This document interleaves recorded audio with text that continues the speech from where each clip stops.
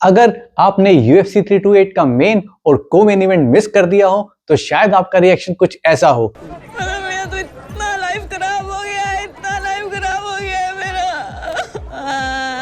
But don't worry, आज के video में हम डिस्कस करेंगे इन्हीं दो मेन फाइट के बारे में। बस आपको ये वीडियो एंड तक देखना है। मेरा नाम है राहुल और आप देख रहे हैं ऑक्टाजोन। चलिए स्टार्ट करते हैं without wasting any time.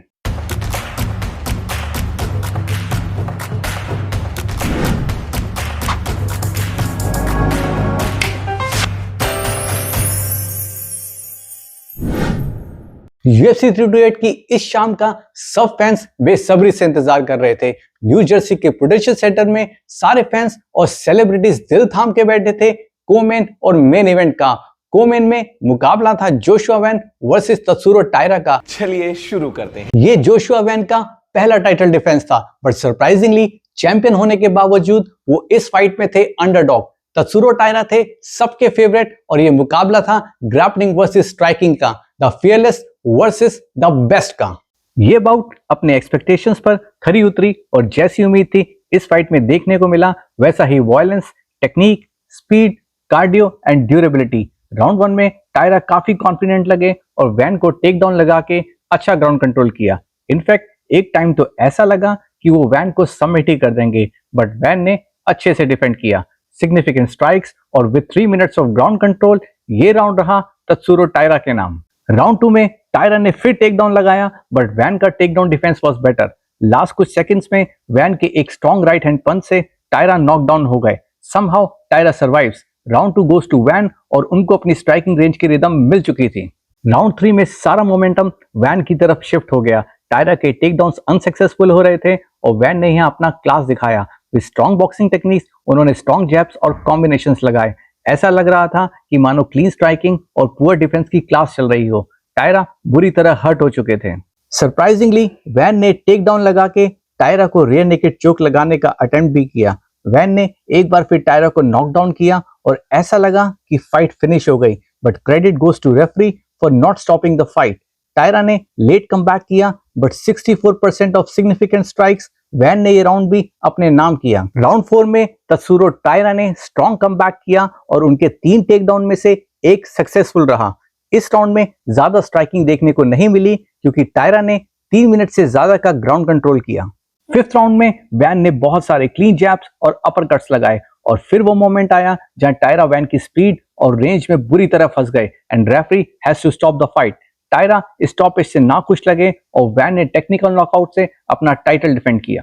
Joshua Van flight weight division में एक न्यू जनरेशन टैलेंट है। उम्र है सिर्फ 24 साल। अब उनके पास है 7 fights win streak, longest after Alexander Pantoja and Mighty Mouse. Main event तो सुपर से भी ऊपर था। ऑक्टागन में थी बहुत सारी सिक्योरिटी क्योंकि सामने थे वीरू और राजेश्वर सिंह। आई मीन ऐसे दो दोस्त जो अब कट्टर दुश्मन थे।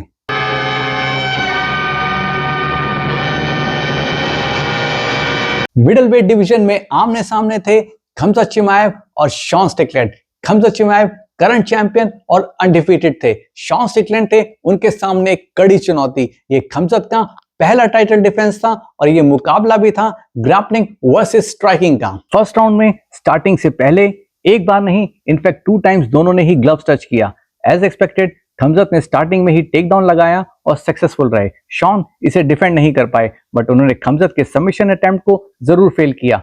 इस राउंड में खमज़त ने 2 सक्सेसफुल टेक डाउन्स लगाए with more than 4 minutes of ground control. Sean Strickland ने राउंड 2 में ना सिर्फ अच्छा टेक डाउन डिफेंस किया, इनफैक्ट पहली बार ऐसा हुआ कि किसी ने खमज़त को बॉटम पोजीशन पे कंट्रोल किया हो, वो भी पूरे 3 मिनट। इस राउंड में खमज़त को पता चल चुका था कि वो शॉन की रेसलिंग को अंडर एस्टिमेट कर रहे थे। राउंड 2 से सबक लेके खमज़त ने राउंड 3 में एक भी टेक डाउन अटेम्प्ट नहीं किया। खमज़त गैस आउट लग रहे थे क्योंकि वो अपनी सारी एनर्जी पिछले 2 राउंड्स में ग्रैपलिंग में लगा चुके थे। ये पूरा राउंड हुआ फीट पर and full of striking. Stickland के पंचेस हाई वॉल्यूम और ज्यादा जूसी थे। शॉन के क्लीन जैब से खमज़त का फेस थोड़ा बहुत बदल चुका था। राउंड 4 रहा खमज़त के नाम क्योंकि इस राउंड में वो थोड़ा कंट्रोल में दिखे, टेक डाउन भी लगाया और डैमेजिंग स्ट्राइक्स भी। राउंड 5 अब डिसाइसिव राउंड था। क्लियर था जो इस राउंड को जीतेगा वही विनर होगा। दोनों ही फाइटर्स काफी गैस आउट लग रहे थे। खमज़त ने टेक डाउन्स भी लगाए और स्ट्राइकिंग भी की। शॉन स्टिकलैंड ने भी अच्छे काउंटर जैब्स और पंचेस लगाए और जब ये राउंड फिनिश हुआ तब तक किसी को नहीं पता था कि विनर कौन है, बट एक बात श्योर थी कि अब सिक्योरिटी की कोई जरूरत नहीं थी। दोनों ने ही एक दूसरे को कॉम्प्लीमेंट किया for putting up the good fight. Sean Strickland ने खमजत से उनका 0 छीन लिया। स्प्लिट डिसीजन के बाद शॉन स्टिकलैंड बने विजेता और अब वो आदेसेना के बाद ऐसे सेकंड मिडलवेट चैंपियन बन गए हैं टू रिक्लेम द गोल्ड।